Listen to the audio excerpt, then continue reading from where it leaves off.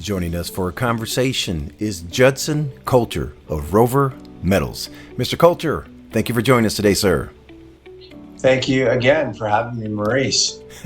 It's a pleasure to be speaking with you today as Rover Metals has just consummated a new acquisition representing approximately 30,000 acres of greenstone belt that will offer shareholders exposure to critical minerals. Before we begin, Mr. Coulter, please introduce us to Rover Metals and the exciting opportunity the company presents to shareholders.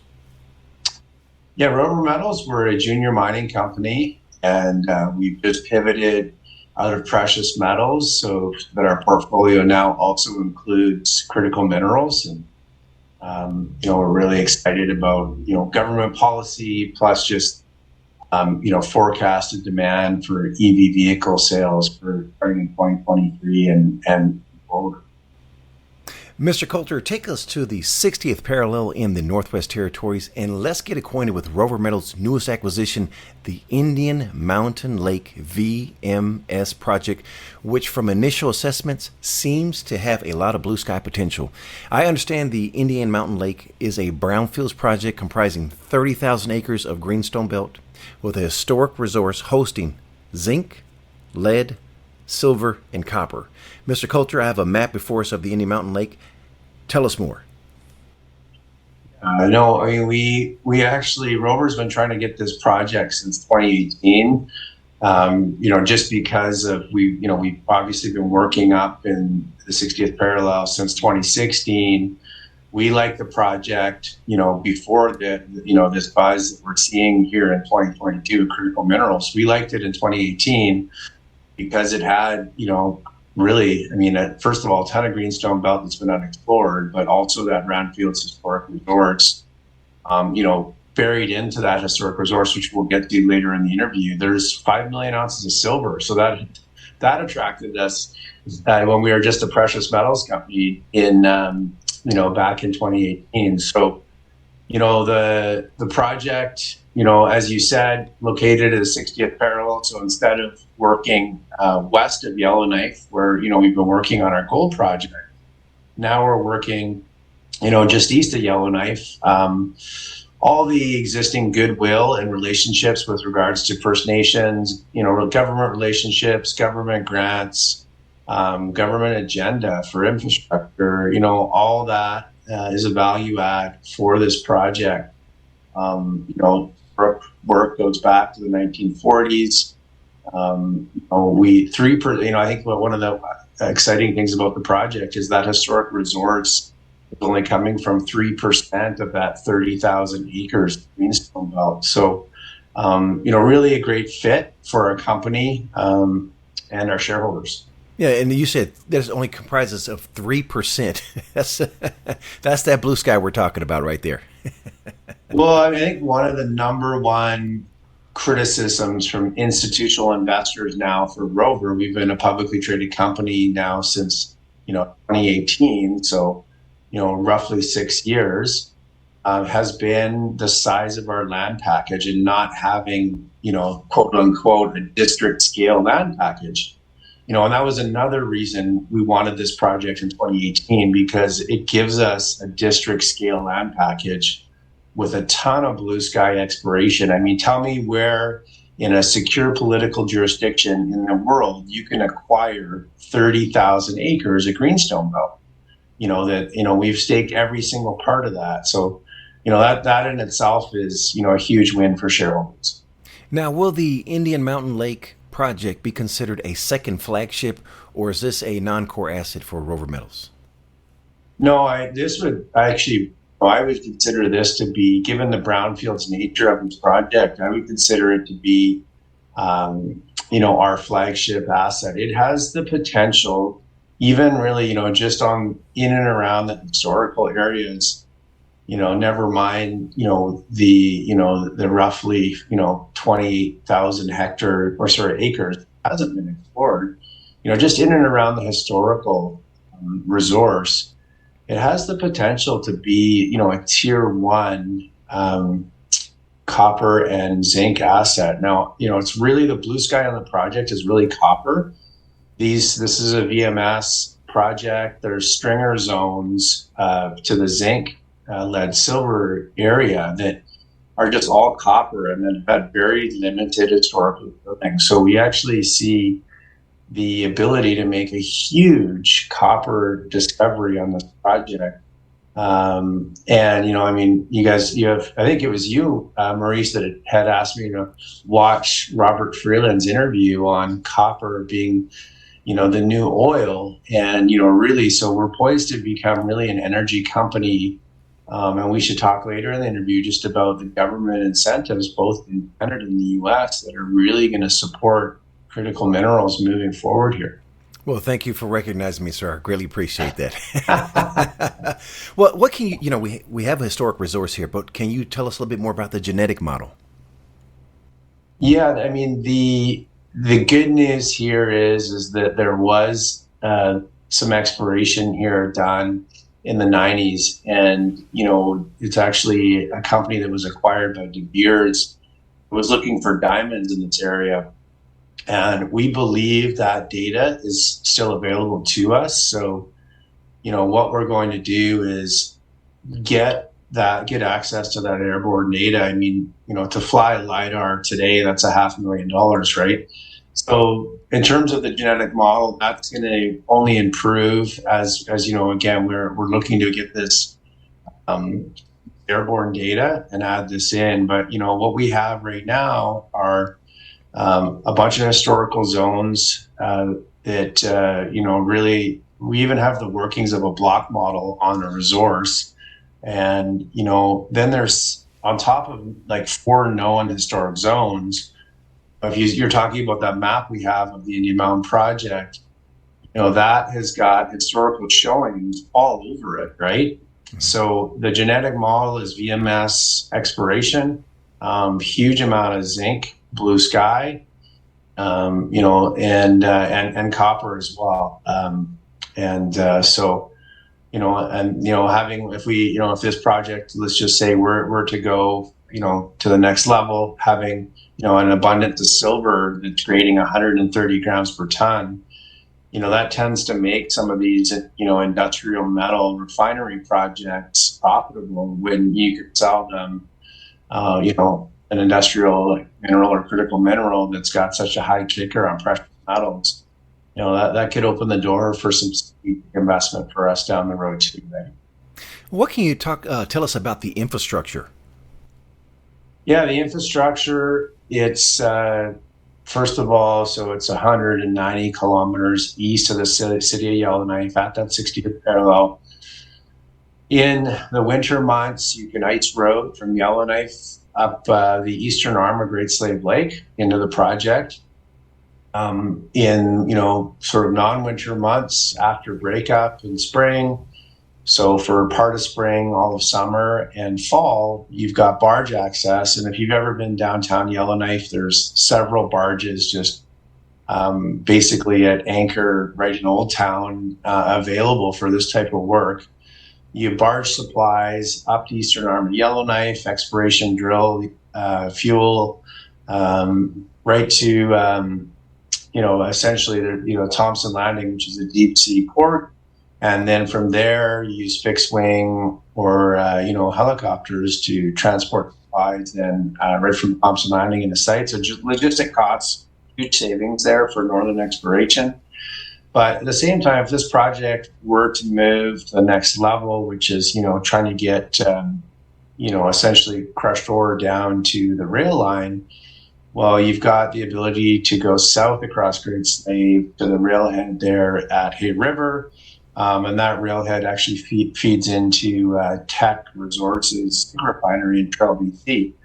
So, you know, good infrastructure. I would also, you know, bring up the fact that there's a huge priority in both the federal and territorial government in the Northwest Territories and the government of Canada to upgrade the Tolston Hydro Dam, which is just south of this project.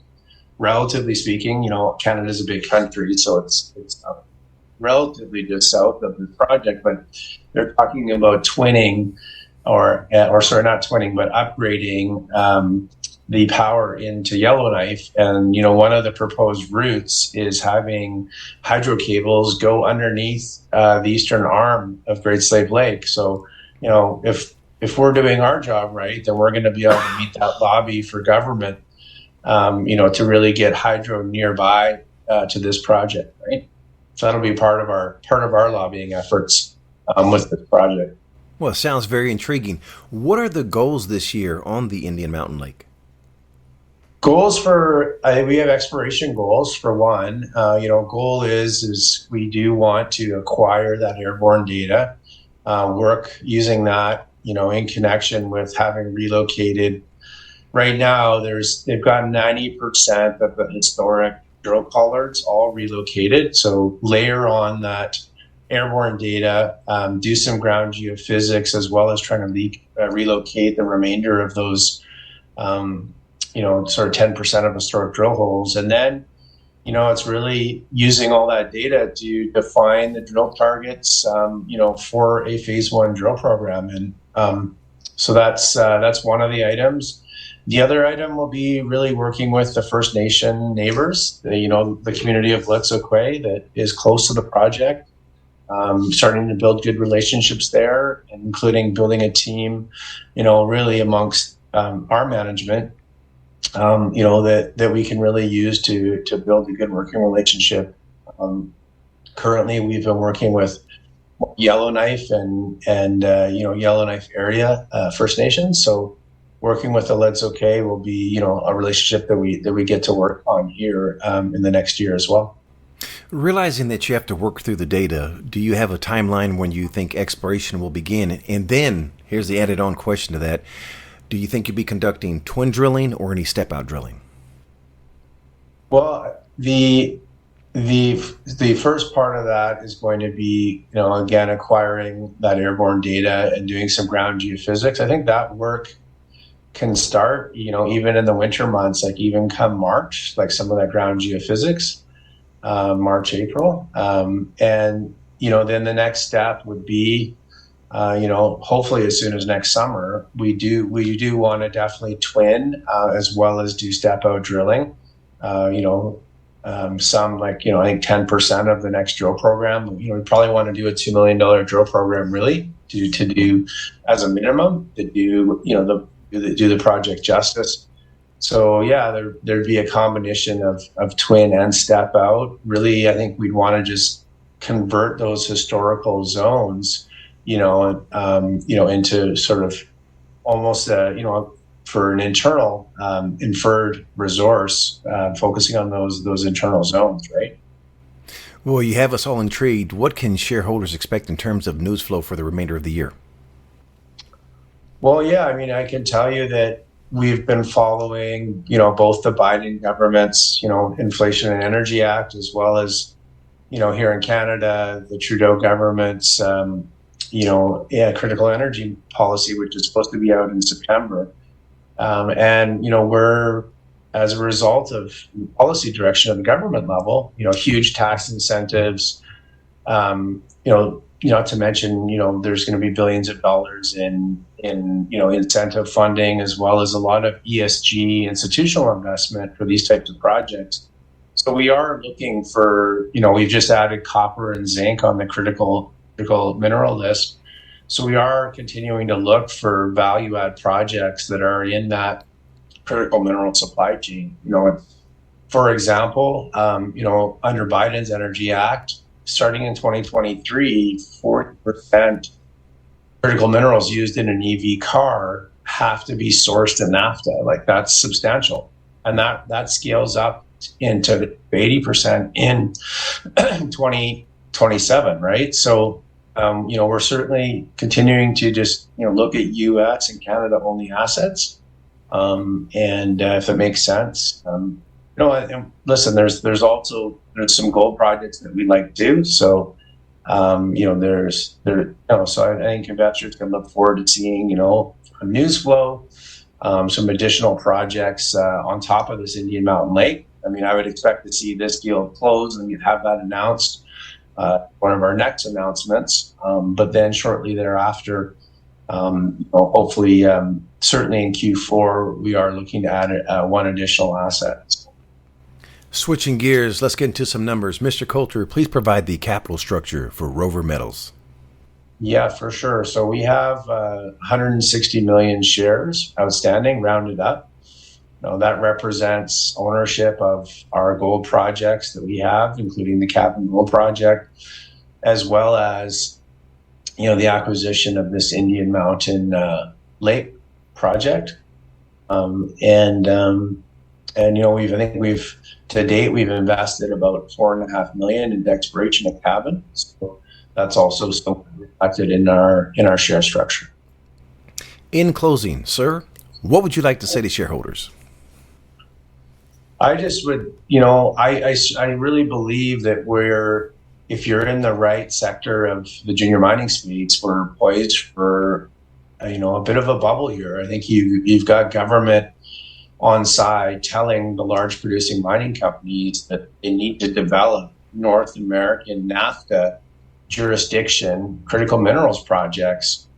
And, if they want to supply, the big four, plus Toyota and companies that have manufacturing facilities on the ground for EV vehicles. So, I really think that, as we move to 2023 and onwards, that there's really, this is going to be a very hot space. I think we're already seeing, copper and lithium stocks out there, or, graphite, some of these great assets in great locations. We're starting to see some of those juniors perform really well.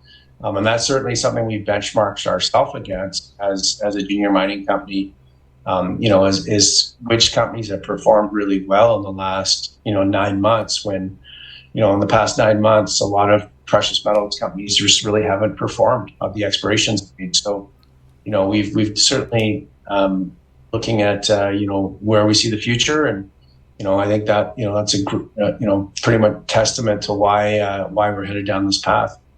Last question. What did I forget to ask?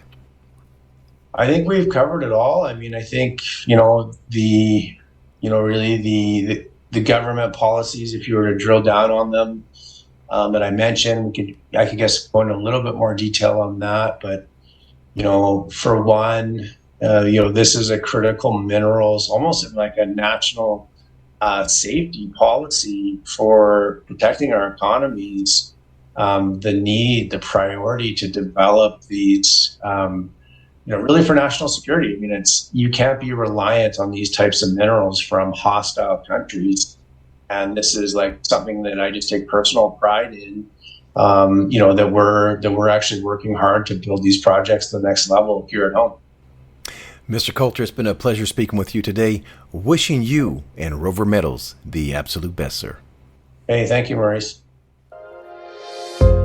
The information presented on Proven and Probable is provided for educational and informational purposes only, without any express or implied warranty of any kind, including warranties of accuracy, completeness, or fitness for any particular purpose. The information is not intended to be and does not constitute financial, investment, or trading advice, or any other advice. You should not make any financial, investment, or trading decision based on any of the information presented without first undertaking independent due diligence and consultation with a professional broker or competent financial advisor.